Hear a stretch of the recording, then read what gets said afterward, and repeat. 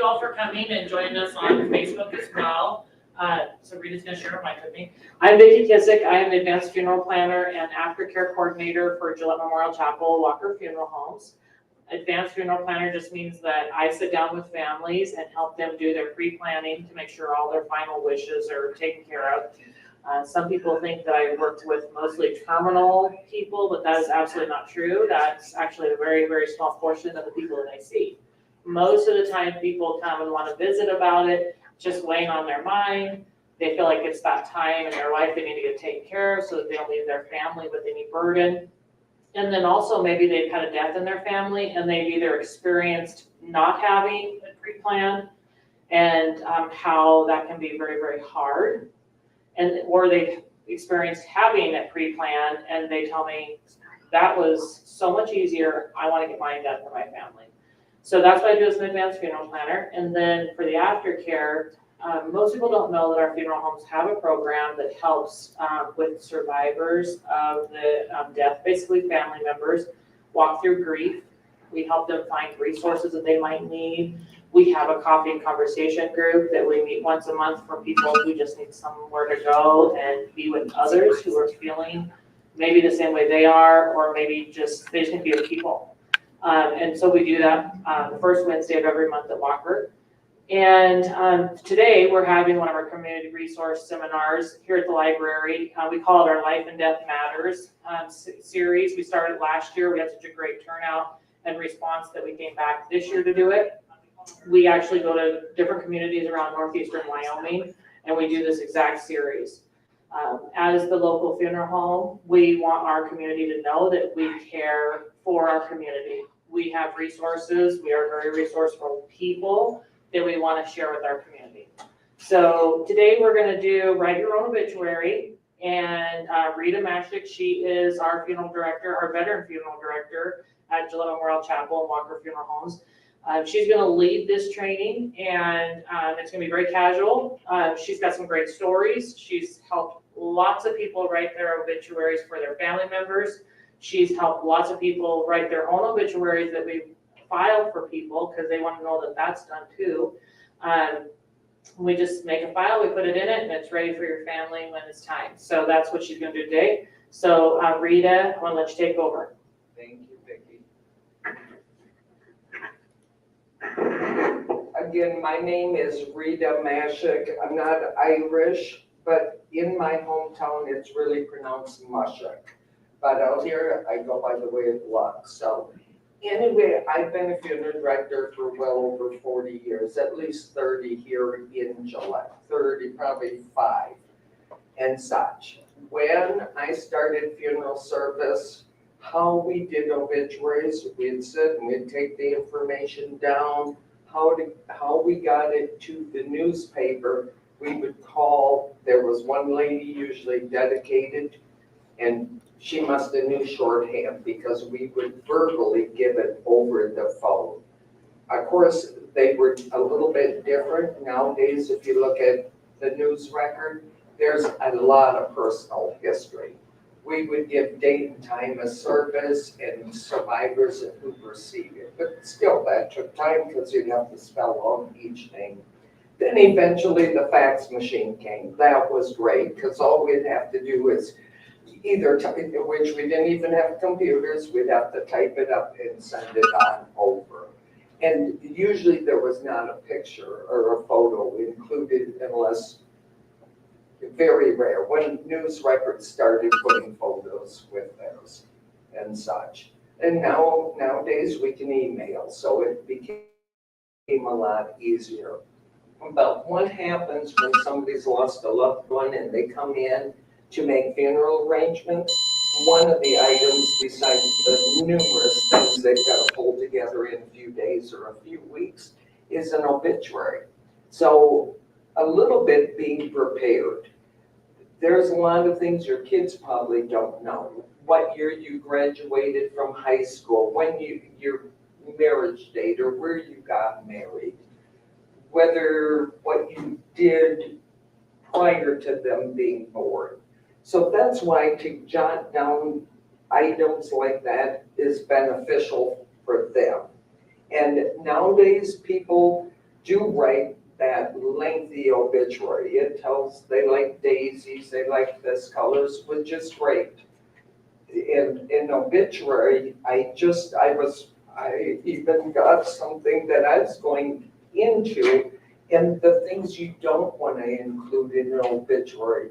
One is he was an avid gun collector, because now you're the widow at home and you don't want that publicized. There's been numerous families that won't put a date of birth. They'll say he was born in June of 1980, because people get information from obituaries. I remember the time we'd have to tell families, make sure somebody's at the home when you're at the funeral, and make sure your doors are locked or secure, because that's when a lot of thefts would take place, is by the information in an obituary.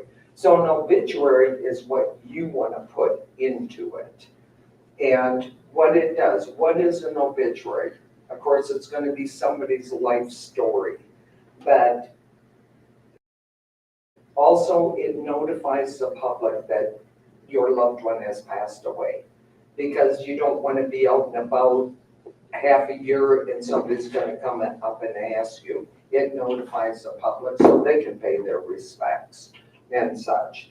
So when I did, the big cheat now is you can go online and find how to write an obituary, phrases. We have on 2 of our programs now an AI writer that will kind of, who was saying, flowered it up. It flowers it up. But again, it's not meant to go to print until it's proved by the family and such. So one of the first things you want to do is put in on your sheets are your birth dates and certain dates. That form kind of covers an obituary outline. Then, even if you have that, at least it's written down for your loved ones to find and such. Has anybody ever wrote an obituary? Had to? My mom must have gone through one of these. She had the obituary written out, she had a folder full of stuff. They just made it so easy. It was awesome. Years ago, when I started in Gillette, they had the Campbell County years, and it was a book. So before a family would come in, I'd take information from there. I'd get sometimes the maiden names or who got married in families. So I'd already have a template started, and then they would add to it, because I didn't know all the survivors and such. So that helped us out and such. But that is it. You can see where that helps you out. So it's not only writing your own obituary, because when a family comes in and they've lost a loved one, like I said, there's so many things you've got to do at that time. Gather clothing, greet guests, clean your house, clean out your house, whatever those items are, and then you can sit down to write an obituary. Vicki just lost her mother, and her as a pre-plan, you think she would have had her mother sit down and do this. But Vicki had to and it was chaotic because the death happened out of town. She had to get back home, had items to take care of, and then she's got to sit down and write her mom's life story. And it's nice when family comes around, because brothers, sisters, and everybody can add a little bit to it.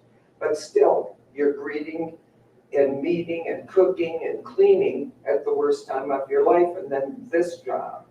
And as a funeral home, it depends on when the service is and how fast we gotta have that obituary, either to get into the paper or to print it on any printed material. Years ago, when we had an illiterate society, a lot of people didn't read, so the funeral directors would gather the information. And of course, that's where it got printed, but then a lot of people couldn't read it, so during the service, the clergy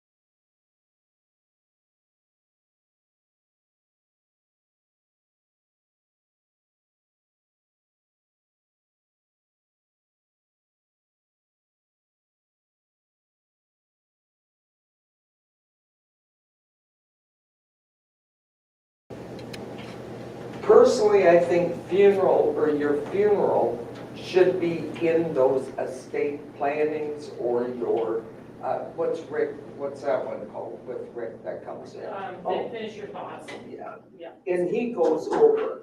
Personally, I think most people that do that for anybody in Campbell County or the world should also say, you need to get your funeral planned out.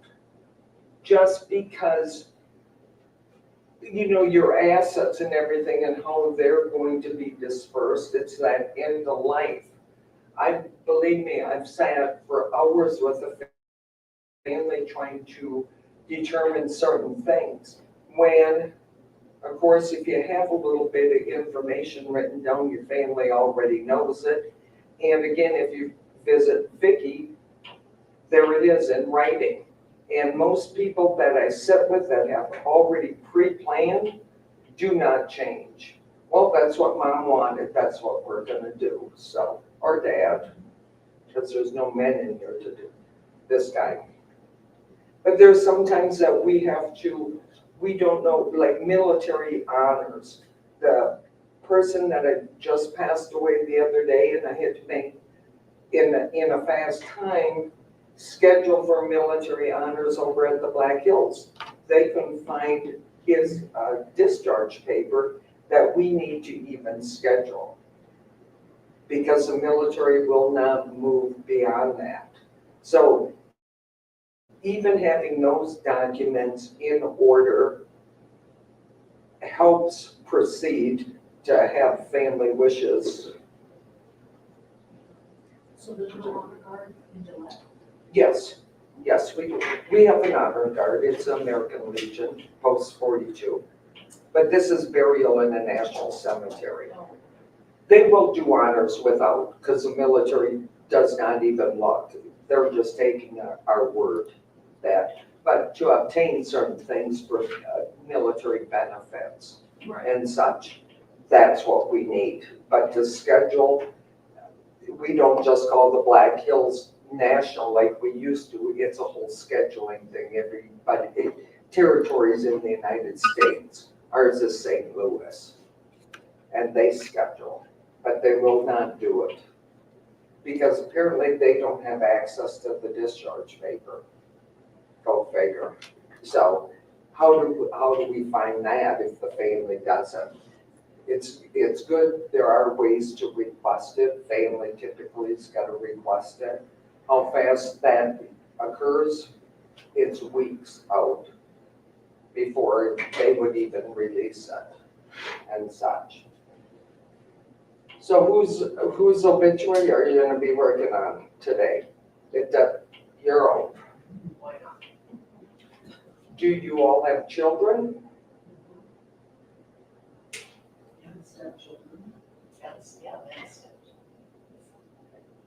That's my main concern is it's a blended family and some of them don't get along, and so I want things down in writing, so there's much law.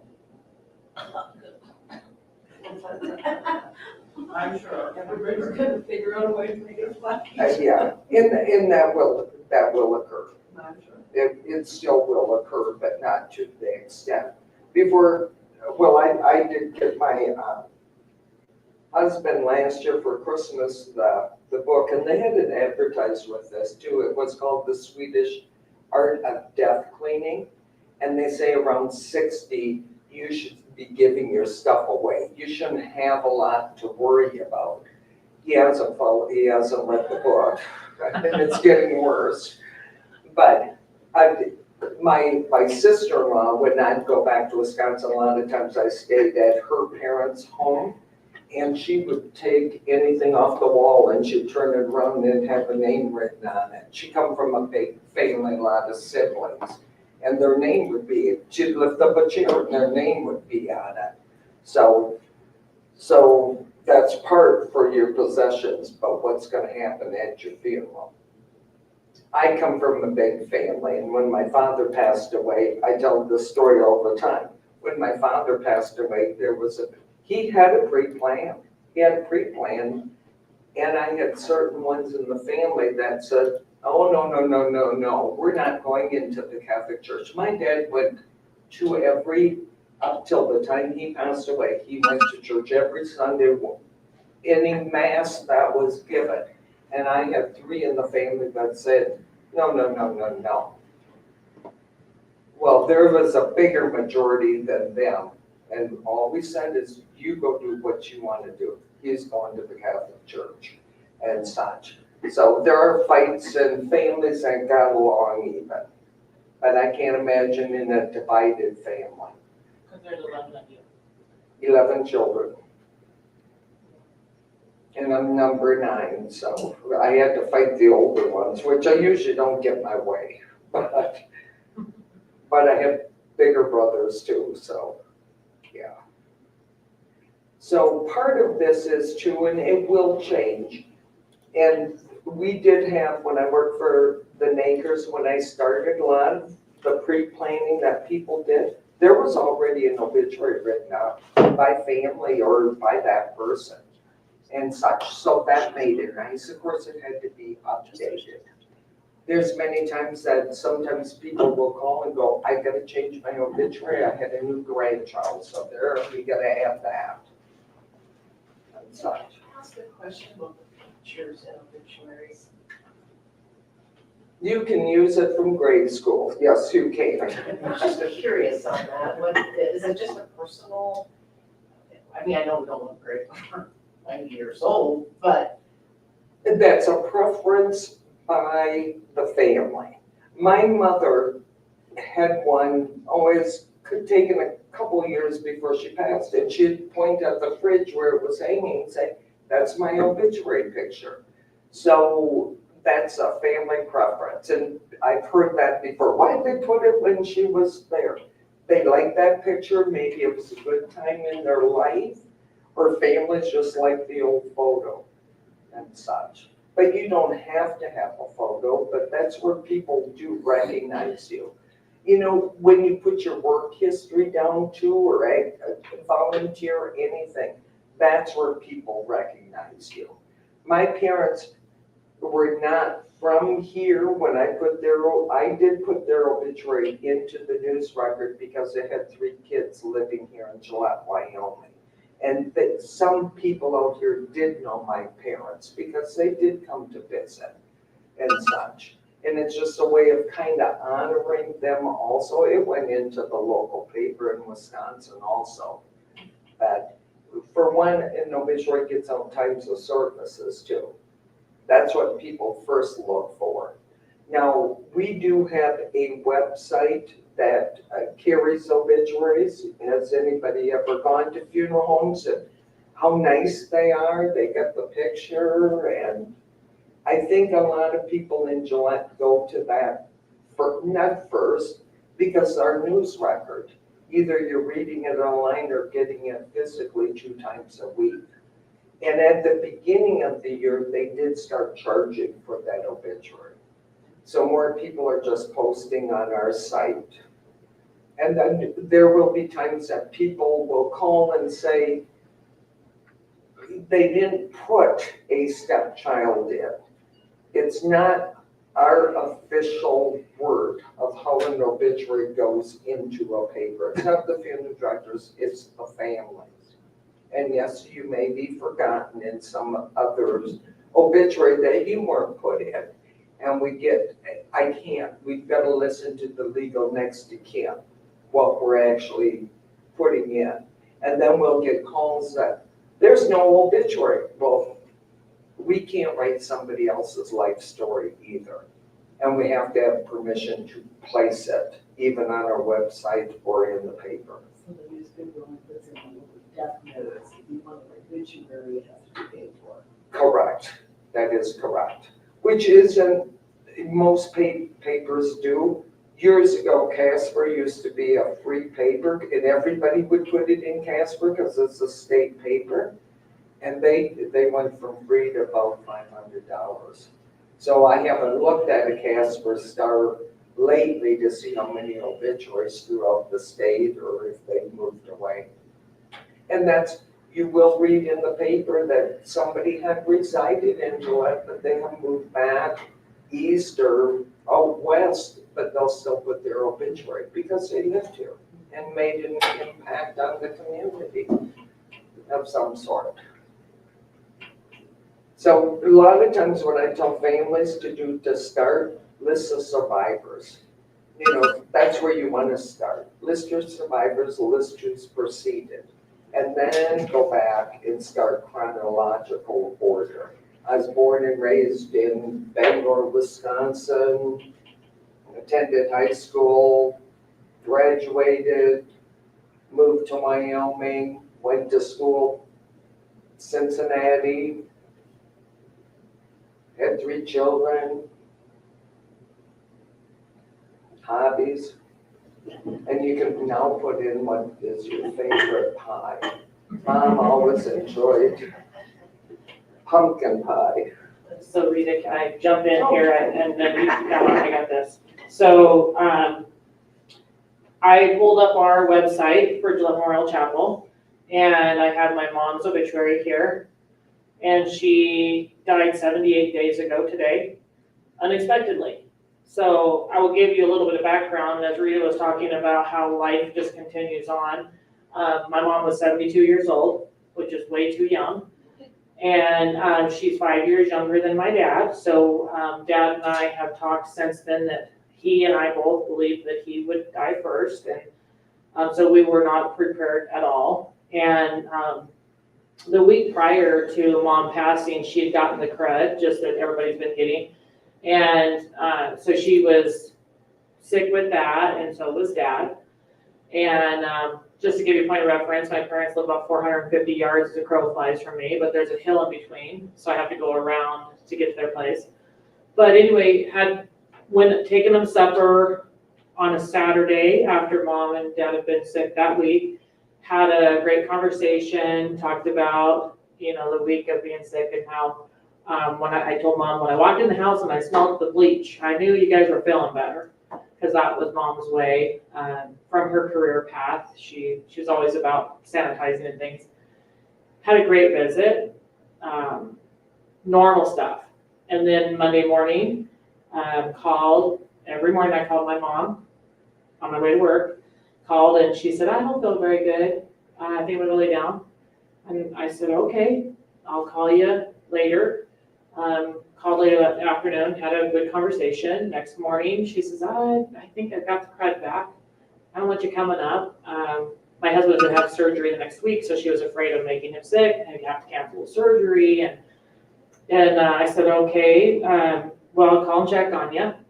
And so Wednesday, my husband stopped up and popped his head in, and that night when I got home, he said, you know, you ought to lay eyes on your mom, because I stopped by there today and she did not get up out of the chair, and that's not normal. My mom was all about greeting people. And so Thursday morning, because it was late when he told me, Thursday morning I called and I said, hey, kind of worried about you. And she said, no, don't worry, give me one more day. Just give me one more day. And I said, okay, but I'm coming up tomorrow. Like, I don't care what you say. I mean, I wasn't rude to her, but I'm like, I'm coming. And so Friday morning, my dad called and said, did I miss a call from you? And I thought, I never call you guys this early. Like, I knew something was wrong. And I said, Dad, what's wrong? And he said, if you could bring some 7-Up, I think that would help your mom.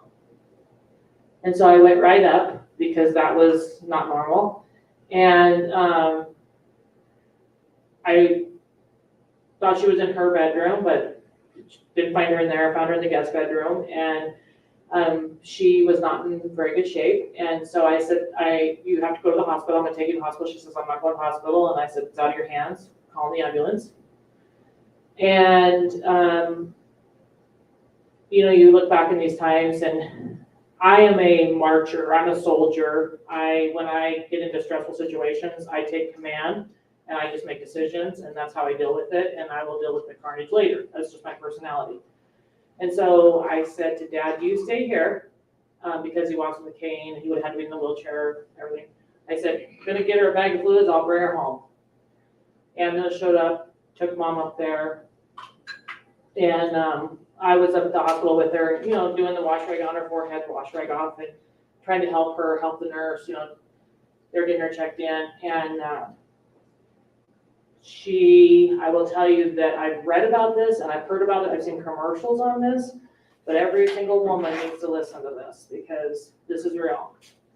My mom looked at me and she says, I have a pain under my left shoulder. And the nurse said, okay, I'll get some oxygen on you. And they were just trying to figure out what's going on with mom. And about 20 minutes later, she had a heart attack. And so my mom they had gotten their estate planning done at the same time that they had done their pre-planning for their funeral. Well, they did. Mom did it for both of them. Because dad wouldn't talk about it, so mom did it for both of them. And, but anyway, they got all done. And in the estate planning, it said very specifically, all life-saving measures. So that's exactly what the hospital, they take that very serious. So they resuscitated mom and put her on a bed and life flighted her to Colorado that night. And before she went, I was able to call my family in that was here. My nephew had come home from the Navy and he was going to surprise them on Sunday. And this was Friday. And he'd been in town for a couple of days. And he hadn't seen Grandma and Grandpa because he was going to surprise them. Well, it was a surprise to him when he had to come and say goodbye to Grandma. And it was just so heart-wrenching. And it was so sad to watch him walk through that. But anyway, so we gathered at Gillette Memorial Hospital before she went, and we sang and we prayed. And I said, I'm bringing her home. We'll be bringing her home. Well, we went to Loveland. She went to Loveland on the life flight. We drove down there 5.5 hours in a snowstorm with my dad in the car, and I don't think we said 5 words. And so we got there, and the doctors didn't know what they had, and about 12 hours later, Dad and I had to make a decision. And it was difficult. It was very difficult. However, in her estate planning, she had put very specifically in there that if all life-saving measures could not help, then we needed to let her go. So we had a great doctor that walked in, and she was as tall as my dad was sitting, and she said, Jim, you're not making this decision. Her body's made this decision. So it's up to you. It's not survivable. And I was very thankful for that kind of candor from the doctor. It released my dad to have to make the decision. But so this happened very quickly, and I told the doctor that night, I said, this is crazy. 12 hours ago, I was having a conversation with my mother. I was telling her I was going to take her home. I was telling her, you're going to be okay. And she was responding to me. And now we're making the decision to take the machines off. Like, this does not make sense to me. Even though I had the head knowledge from working in the funeral industry, and I'd seen it many times, I've heard many stories, would sit with my clients at the table, I didn't have the heart knowledge. And it is quite different when you are in the trauma of it. And so when Rita talks about like everything else is happening in your world or your family's world, and now they need to write an obituary, she is absolutely right. Because I was living in a world of, I got to take care of my dad. I want to make sure that he's not hurting. Whatever I can do to keep him emotionally okay. They were married for 53 years. So he was like way outside of whatever he could have thought would be happening at that time. I've got family coming. I need to plan a funeral. I need to take a shower. Like, when am I going to get time to take a shower? I need to make sure my family's fed, and all these things, just real life. I need to pay bills. I was so thankful. I just went through the budget time of our month, and I paid bills. I was like, oh, I'm so glad I don't have to pay bills this week because I don't think I can handle it. And so anyway, writing the obituary is something that you could really give your family as a gift. My mom never thought that she would die before my dad either. Mom did their funeral planning and got their policies in place mostly because they always supported me in what I was doing, never really thinking, I don't think that they were going to die someday. So because of a product that we have through the funeral home that my mom had purchased, all of the expenses were paid in Colorado. I was really thankful for that for my dad. Because if you add financial trauma on top of having to make the decision to stop the machine, And now how are we gonna pay for this and that? And it's horrific, and I can't imagine what that would have been like for Dad. So I'm thankful that Mom got that, even if it was just out of support for me. I'm just thankful that she had it. But I wanted to read to you her obituary. Rita teases me. She's like, you would have thought that she would have had this done. Mom never thought she was gonna die. I mean, obviously she knew that, but she did not believe it was even close in her life. She loved her great grandchildren. She had plans. We were taking a family vacation this summer. That was her idea. She had no idea, and neither did I. So one of the things about my mother was she was very revere driven. Like you'd have reverence for people. When she took us to funerals as children, you didn't show up there in a bright pink dress. And she raised us that you went there in dark colors because you were there for someone else and not to be attracting attention to yourself. And she pretty much raised me that way. It wasn't about you, it's about other people. So kind of crazy thing, first thing I told my daughter-in-laws, you will wear black dresses. And they were like, yes, ma'am. I said, we will all be in dark colors. And the things that you come up with when you're in trauma is just like, for me anyway, things I camped on. So writing her obituary, my mother would be honored.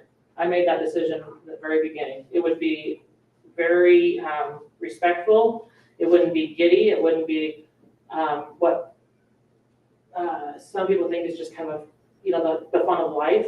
Because my mom did love life. She did have a lot of fun. But obituaries are history. And history was important to my mom. She looked up her family's obituary. She went back and found the graves of her family members generations back out in South Dakota in the middle of a pasture. Was so proud that she found them. And so I wanted to do my mother well.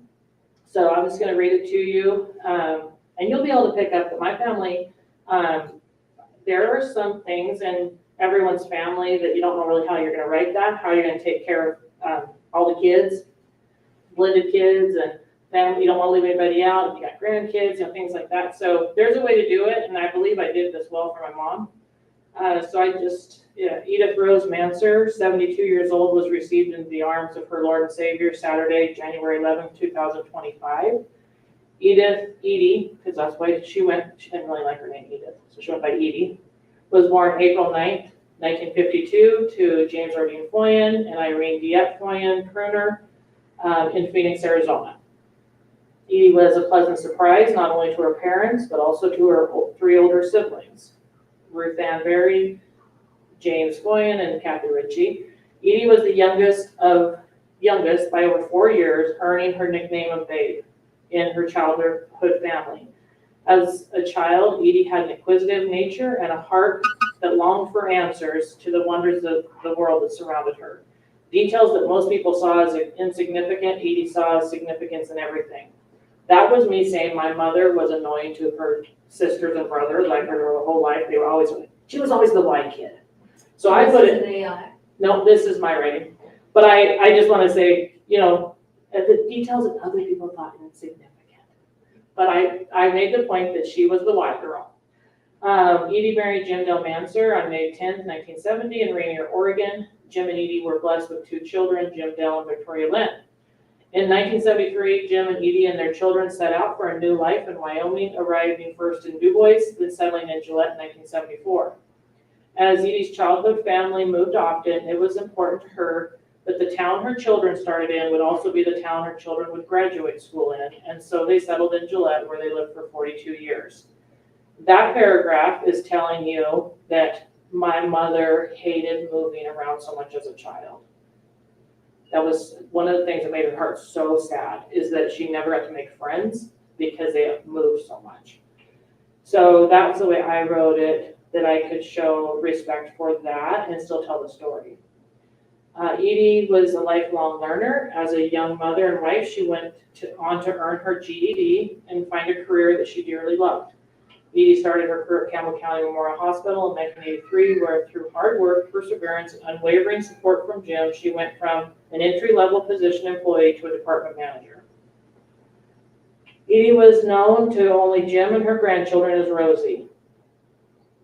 She will be dearly missed for her unwavering encouragement, her commitment to her family, and her steadfastness in standing up for the underdogs of the world and cooking meals big enough for an army. Her legacy in her family is, now this one you ladies will get. Her legacy in her family is one of having the courage to ask hard questions, to seek final answers, and expect good customer service.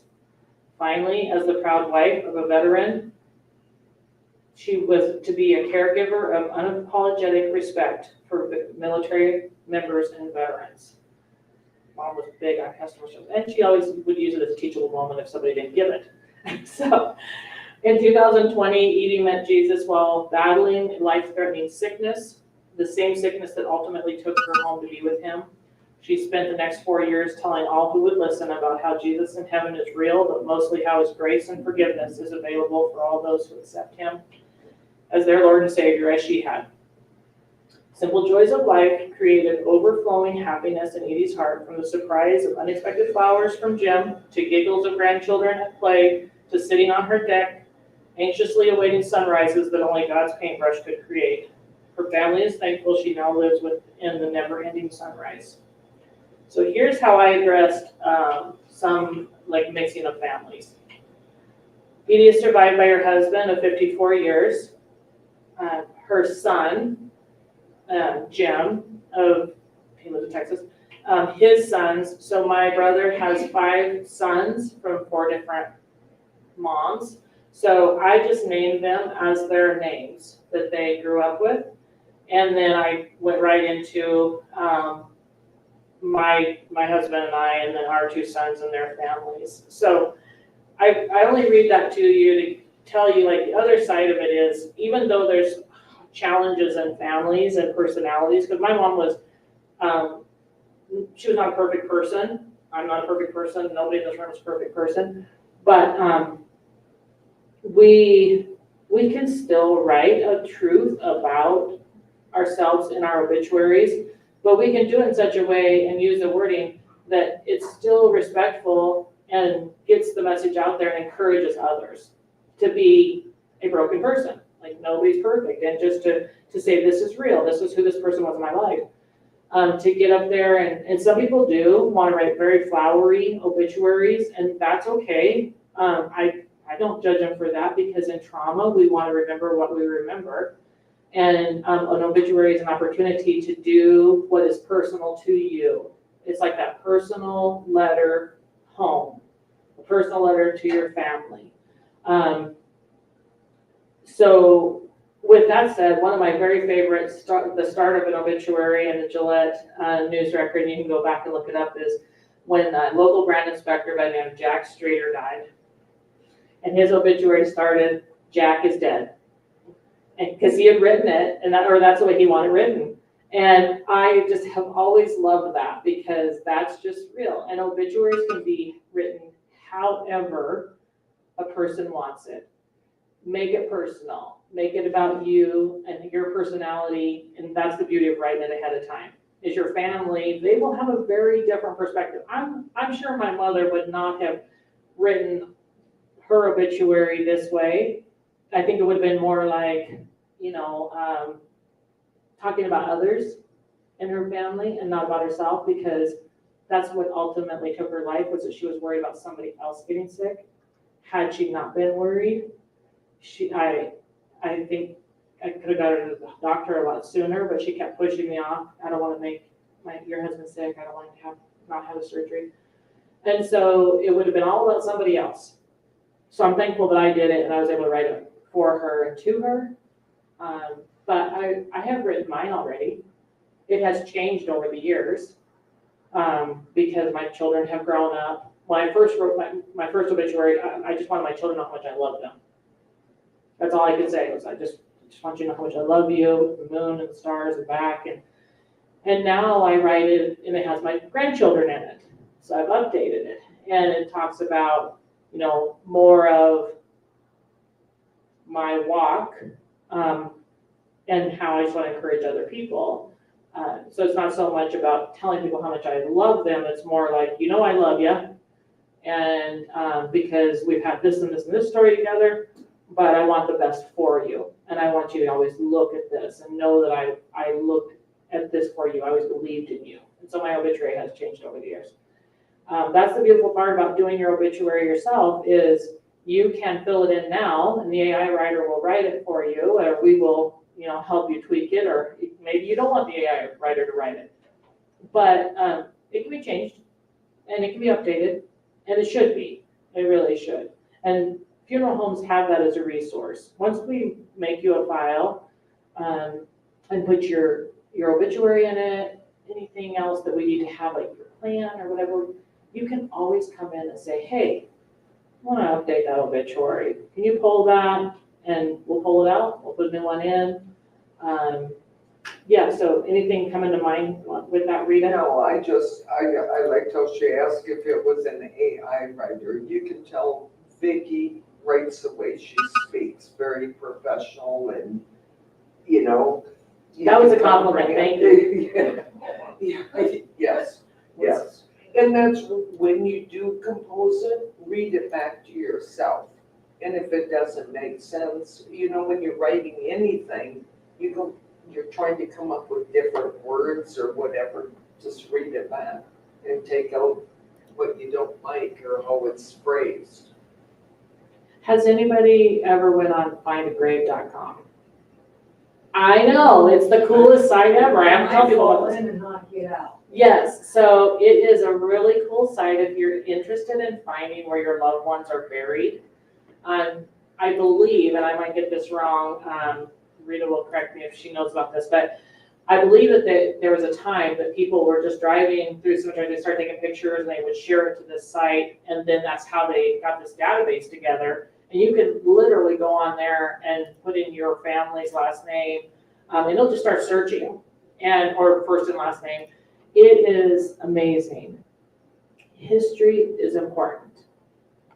That is one of the things that concerns me the most about what we see nowadays in our industry is the cremation, no services, no burial. So, and then people will say, and because I do pre-planning, they'll say, I don't want to write an obituary. Nobody knows me around here. Or even if they do, if somebody does know them here, they're like, I don't want that. And I'll say, well, the death notice in the paper? Well, if you have to. Okay. So we think about that. So cremation, no services, no burial, no obituary. To me, that's like walking out into a cemetery and like the wind coming up and like blowing away a headstone. Like, I'm the type of person, I want to know where my people are. I want to go back to where my people have been. I want to look at a headstone. I want to know that they really existed, because my mind kind of goes crazy sometimes. I'm like, did they really come down the Oregon Trail? Did they really make it to the Oregon coast? And I know they did, because that's where they settled, but did they really lose 2 children along the Oregon Trail? I went to those markers. I know that they're there. My parents made sure that was something us kids did. So I never ever argue with people about what they want to do. They want cremation, no services, no burial, no obituary. That's why I'm there. That's what I do. That's how I help facilitate people's final wishes. I just am curious of what that looks like in the future of our society if we continue to see that, and we continue to see that people don't have any type of remains buried. What will that do to our human psyche of wanting to know that our people really existed? So obituaries are very, very important for a historical account of your life, that you did exist. I guarantee you there will be generations from now that will want to know about you. I guarantee it. They want to know where their people are from and what they lived through and things like that. We see it all the time. Yeah. And you hit on that, the genealogy. People go back to old newspapers and look for that. So genealogy is one of them. Get your name in print. Yeah, not the water. Okay. I had my grandmother's name, so when I saw her obituary, my name on that. I realized, that was getting disconcerting. Yeah. It is good to be able to go back and find it. Absolutely. I've never heard that before. I guess that makes sense. What's that? With not writing obituaries. Yes. Not leaving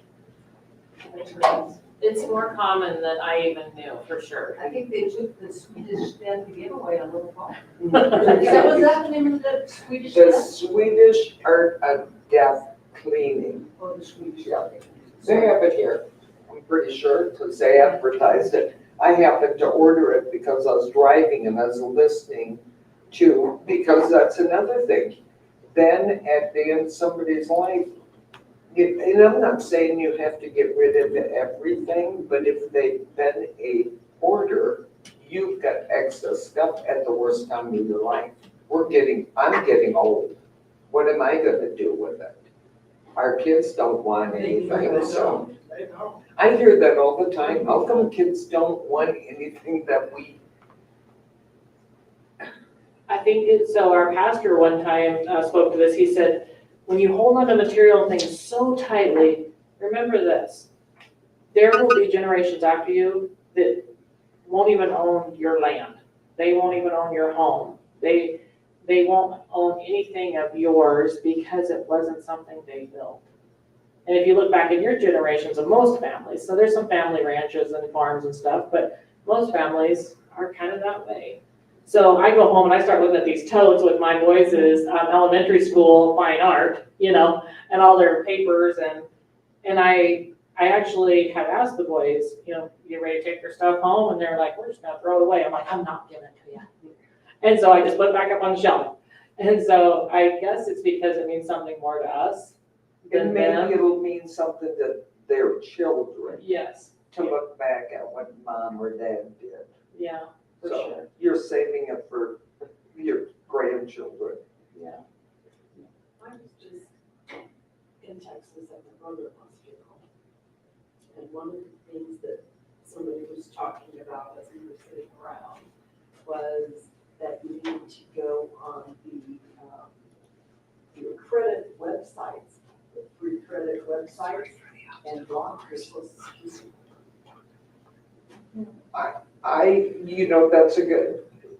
That's why people don't put birth dates in. It's not so common here, but a lot of people won't put that in. I don't know, I'm not a big scam artist, so I don't know how they think, but in the AARP magazine, of all the new scams that are being generated, and most of that comes from AI. They can duplicate my kid's voice and have it say, I'm in a Mexican prison, send money type things. So I would not have, that's just me. I'm not on Facebook, never have.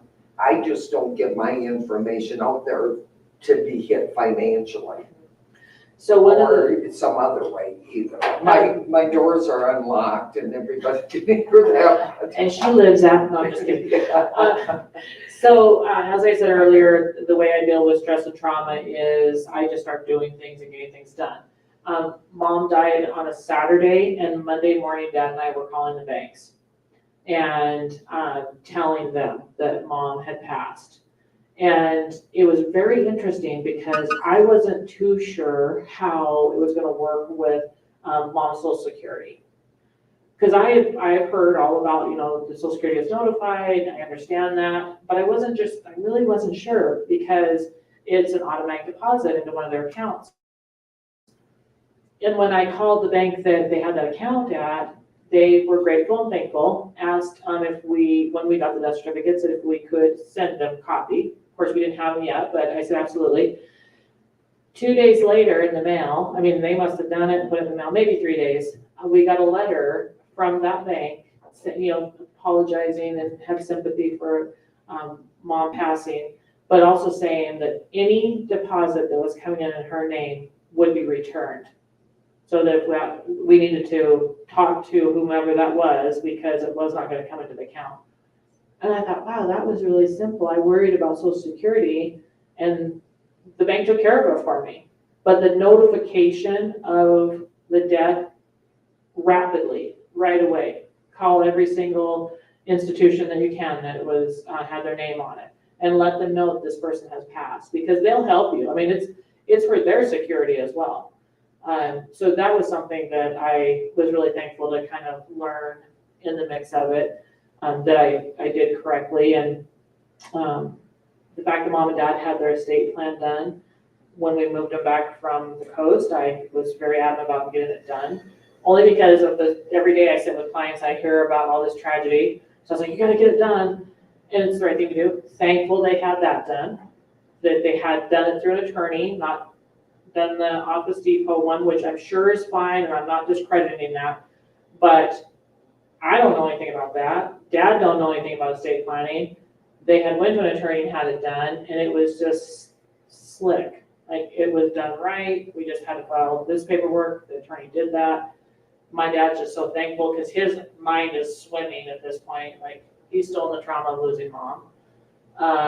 So be sure that things like that are taken care of, because I used to say this kind of flippantly, but now I say it from the deepest part of my heart. Death knows no schedule.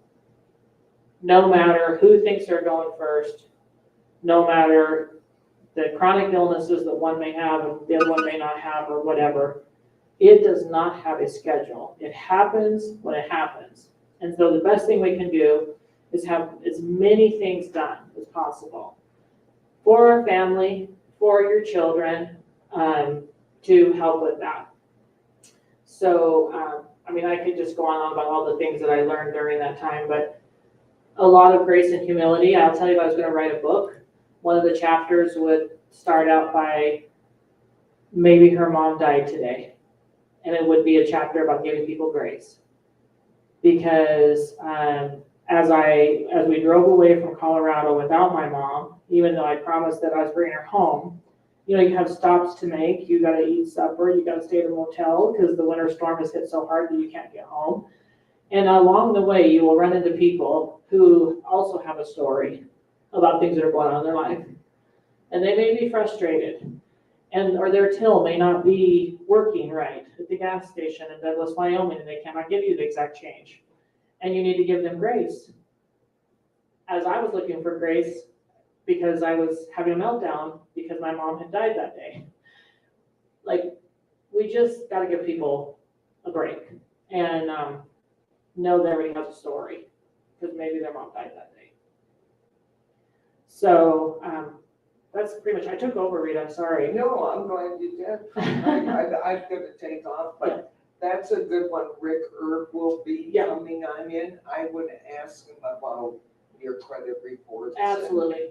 And such. Again, that's why usually on an obituary, we don't put an address. Like, people go, well, they can send the cards to my house. We don't have, or put in their address because that person's home alone then and such. That's why they come through the funeral home and we forward them on. Because other people will call, hey, I want to send a card to so-and-so. Can I? No, we can't even release that and such. So, but good, he does a pretty good job of. So what Rita's referencing is we're doing this every Thursday for the next 2 Thursdays.